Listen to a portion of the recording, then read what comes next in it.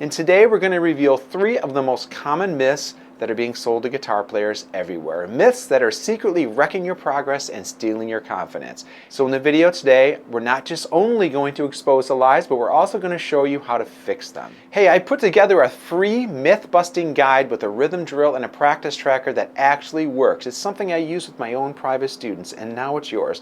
Link below. But before we jump in, hit that like button, subscribe, and comment below. What's a guitar myth you believed for a very long time, but now you've learned it was wrong? Lie number 1, practice makes perfect. You know, my very first guitar teacher, he meant well. He had a little sign on his practice room wall that said, practice makes perfect. As a matter of fact, he used to say that to me all the time, practice makes perfect.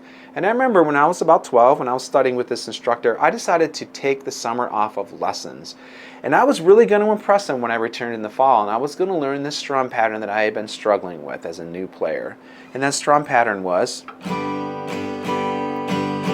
which is the most common strumming pattern on the guitar. And when I came back and I played it for him, I was expecting praise, but instead he pointed at me and he said, wow, you got really good at playing it wrong. What I discovered is the strum pattern is really down, down, up, down, up.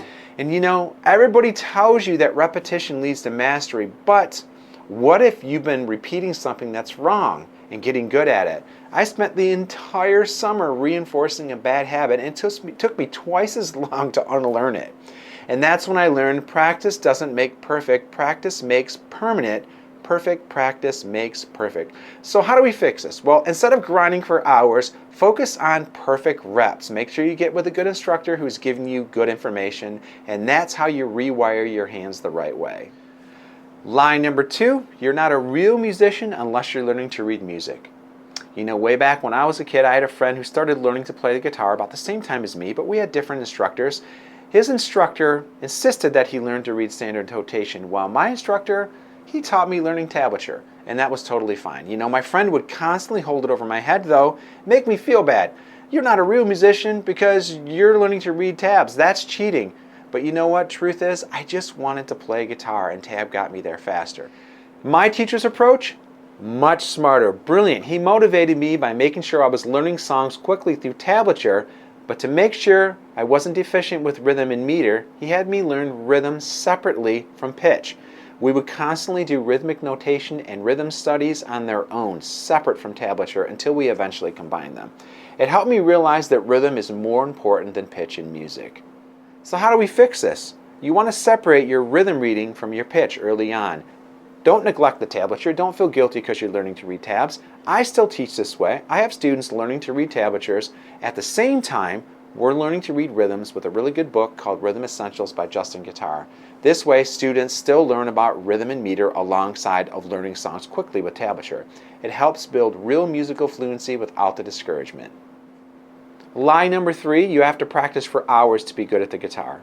You know, when I finally got serious about the guitar, I would practice between 2 and 3 hours a day. I even kept a journal, and I'd be excited, and I'd go to my instructor, and I would show my instructor this journal, highlighting everything I've worked on, expecting praise, and he would look at me and say, wow, I think you're wasting your time here. He taught me that it's not about time, it's about intention.